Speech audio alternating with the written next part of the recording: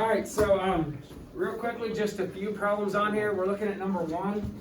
And again, there's definitely a couple problems that you'll probably see here as you did on the homework that I didn't talk about in class, but I thought that were not that big of a deal and you could probably figure them out. If you didn't figure them out, try to address them today. But this says, find the coordinates of the point located 6 units in front of the YZ plane, 1 unit to the left of the XZ plane, and 2 units below the XY plane. Well, this is kind of what I'm talking about. Pretend like this was the XY plane right here. And actually, no, this would make sense based on this. So pretend this is XY. And this, like, does that kind of give a perspective? And then, so that you have this dimension right here, and then coming up out of that plane and going down into that plane is Z. So this direction would be like the positive Y values, positive X values, positive Z values, negative Z values. So if this plane in here is the XY plane, and I want something 2 units below the XY plane, what do you think I'm doing? I'm going down 2 on what axis?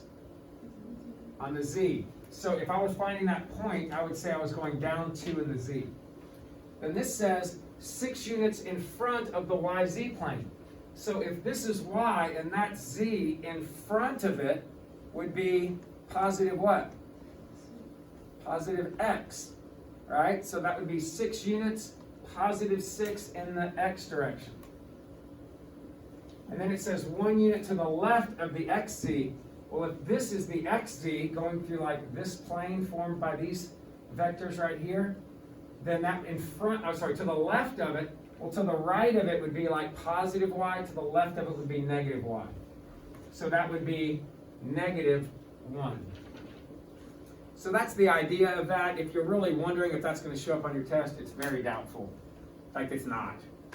So anyway, but that's the idea on this, is that basically, if it ever says something about positive or above or left or right or in front, those are all positive movements, and left and down and below, those are all negative movements.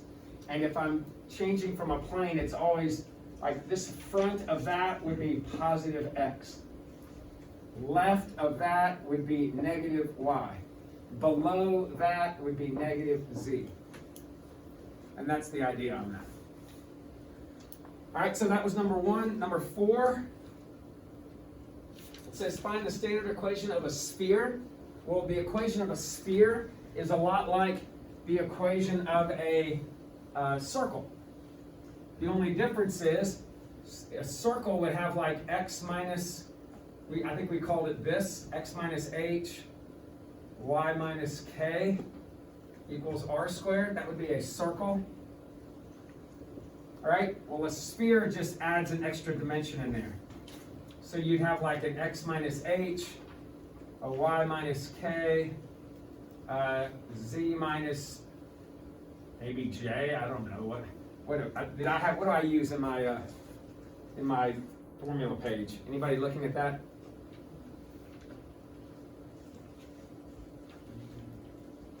I might have used x1, y1, z1 in my formula page. I think it's at the very beginning here. Sphere.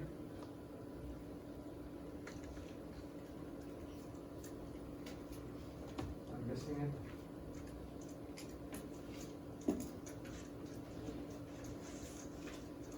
Okay, hold on. Trace of a sphere. Magnitude, direction, angle. I'm going to get rid of it. Oh yeah, so yeah, HKJ. So HK and then J. So back to 31. So right here, that's a sphere. And the only difference is you're just adding an extra dimension on there. You're not changing it to cubes because it's a sphere. It's still squared. So if I have a point, it says I have these 2 points as endpoints of a diameter, what 2 things do I need?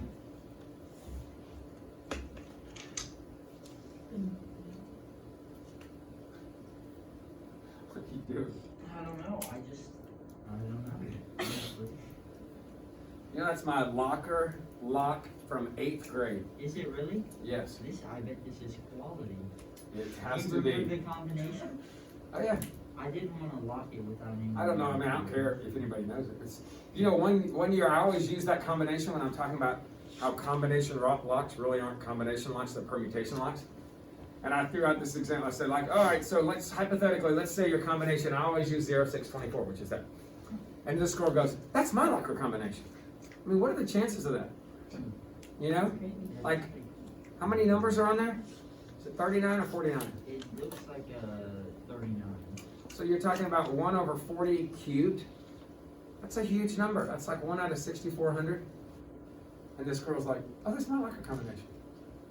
You know what? Anyway, but yeah, they used to have little hanging locks on your lockers, not the built-in ones. So you would just buy your own lock, put it on there. Anyway, so what do I need for this? So I need the center, but I don't give you the center, I give you endpoints of a diameter. So what things are you going to have to know? Not only are you going to have to know the formula for sphere, but you're going to have to know the formula for midpoint, which is what? What do you do to find the midpoint of those two? So you average you average the x's, the y's, and the z's. So when you add those and divide by 2, you get negative 2 over 2, which is negative 1. So the midpoint, or the center, is negative 1. When you add these, you get negative 2 divided by 2 is negative 1. And when you add these, you get 4 divided by 2 is 2. Right?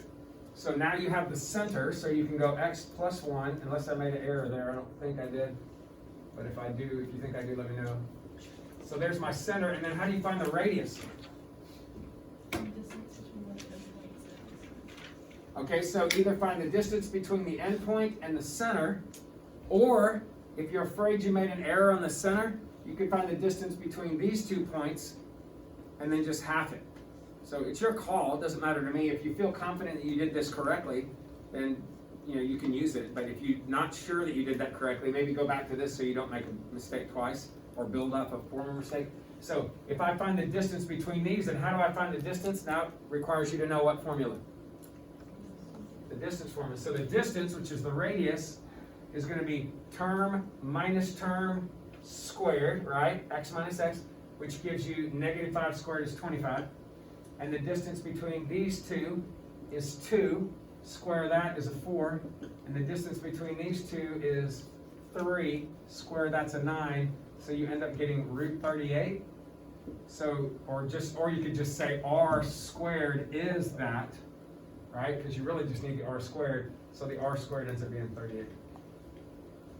So we didn't talk about that directly, but the only real addition to this, you already should know how to do midpoint. You already should know how to do distance formula. And the only difference is the sphere adds an extra component in there. So that's number 4. You look at number 6, find the trace. Okay, we have not talked about trace, but it is a really simple concept. Let me just talk about it right here. So let's just say you had this sphere. Okay, and spheres, think of it like a big beach ball. Okay, so you have this sphere. And let's just pretend that this plane represented by this wall was like instead of being a constant wall, let's just say it was a sheet of light. Like a laser wall. Are you following me? And when I take this ball and pass it through there, the light that hits this thing just forms a circle. Are you with me? And as I start to push the ball through there, right when it touches, it's a dot. But the more I push it in there, you can see the trace that the wall makes with the ball. Are you with me? It's like slicing the ball. So at first it's a dot right when it touches, and then you see it open up and get bigger as I'm pushing it through, right? The trace of it. And then as I push it all the way through, it gets back smaller and becomes a dot, and then it leaves. Is that making any sense? Well, what do you think is happening if this wall is the XZ? What do you think the Y coordinate is as it's hitting the wall? Do what?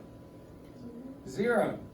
Because if this is the XZ plane, the Y is coming out of it, right? So the trace that the object makes with this, the trace would be when Y is 0, what does the XZ part look like?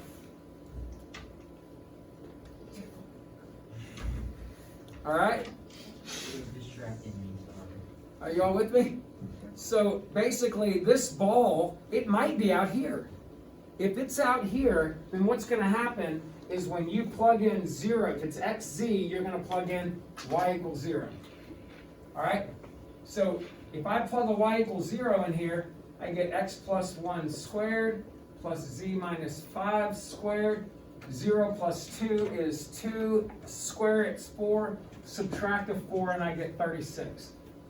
So that would be the circle that the sphere makes with the xz plane.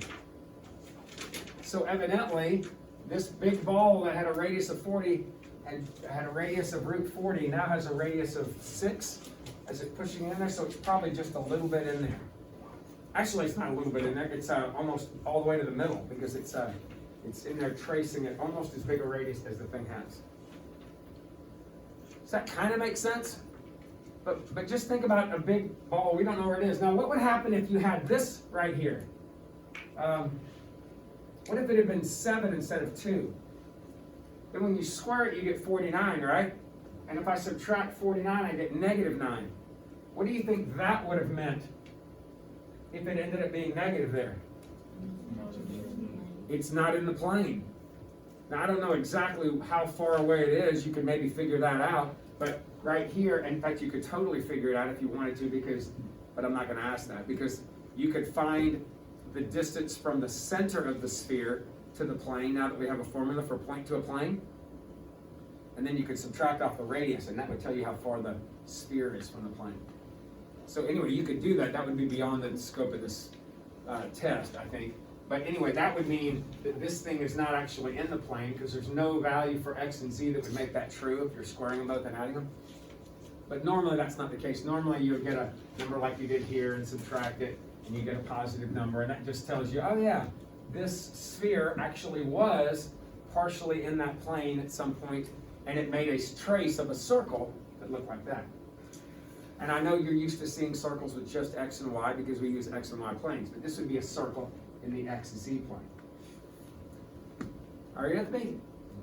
So that's 6. Let's look at 16.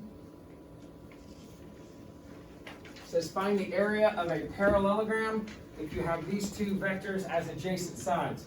So we have a formula for that. Y'all remember it? So the area of a parallelogram, we found that if you took the first vector and crossed it with the second vector, you get a perpendicular vector for those two. But if you take the magnitude of that result, you end up getting the area of a parallelogram. So on this one, I have to find the cross product first, which is a bit of a mess, because you got to plug it into whatever, and then you have to get that vector, and then I have to take the magnitude of the result. But it's doable, right? So first I'm going to find V1 cross V2, and to do that, I got to do the I, J, K, vector 1, vector 2, and be really careful about setting this up. And then remember, I get something I minus something J plus something K. And if I set it up with that positive, negative, positive, then all I got to do is the minor of each one, plug it in there. So if you want, set up the minor, but I can do the minor in my head. What's the minor right there of I?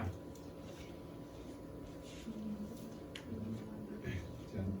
Careful. 8 minus a 2. So 6. What's the minor of the J?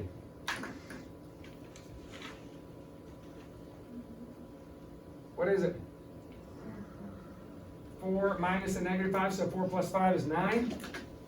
But since I already have that in there, when I put my 9, it changes the sign. And that's why I have it in there, to remember to do that. And then for the K, what's the minor? Negative 12. Negative 2 minus 10 is negative 12. So I'll plug a negative 12 in there. So that is my vector, 6i minus 9j minus 12k. That's the cross product. So that's my perpendicular vector to those two. But the formula says, what is the magnitude of that cross product? So how do I find the magnitude of that?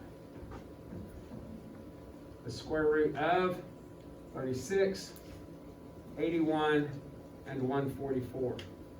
So you're basically adding 100 and what, 17 to 144, 161, square root of 161? And I don't think that simplifies, but, or 261. And that definitely simplifies into what, 9 root 29, 3 root 29? Mm-hmm. Because 2 plus 6 plus 1 is 9, and if you add the numbers and you get a 9, then it's divisible by 9. So that means I can pull a 3 out. All right, and that was 16. And then somebody asked about 19. And I'm not going to make you do this either, but let me just show you. If I happen to have a plane like this and I said sketch it, one thing that I have found that you can do if you're trying to sketch something in 3 dimensions is just get 3 points. If you can find 3 points and sketch it, a triangle, and kind of shade that triangle would represent the location of the plane, and then you would know that it just extends off the sides. So what are the easiest 3 points to find on this thing? The intercepts? So maybe I could find the x-intercept, which would be where the y and the z are 0. And if I put y and z are 0 in there, I get x is 4. I could find the y-intercept, where the x and the z are 0. And if I do that, I get a 6. And I can find the z-intercept, which is when x and y are 0. And that would give me a 3. And then remember, this is positive y, positive x, positive z. So this is saying 4 in the x direction, no y, no z. This is saying no x, 6y,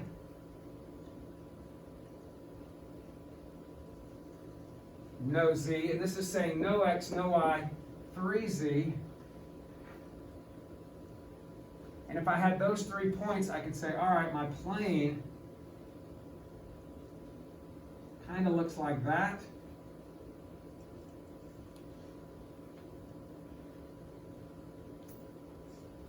Then that kind of almost looks 3-dimensional, doesn't it? Scary how accurate. I'm just kidding. But anyway, that would be a way to represent the plane by looking at its coordinates. Its intercepts. And you can pick any point you want, but getting a point like 2, 3, 5, I mean, 3 random points in space are going to be kind of hard to think about anyway, and that wouldn't be 2, 3, 5. 2, 3, 5 would probably look more like 2, 3, 5. But if I wrote that and said that's 2, 3, 5, it's not all that convincing. So to me, I think it's a little bit easier to just look at 3 intercepts, connect them with the triangle, and just kind of shade and say, hey, this right here represents the plane, but it continues to move back and forth in that kind of area. But again, not something that I'm going to ask you on your test. At least I don't think of it. I try to stay 2 weeks ahead, so anyway. That still spins a little bit. Anybody else before we shut her down? Any other problem you want to look at? All right, for those of you at home, hope that was enough.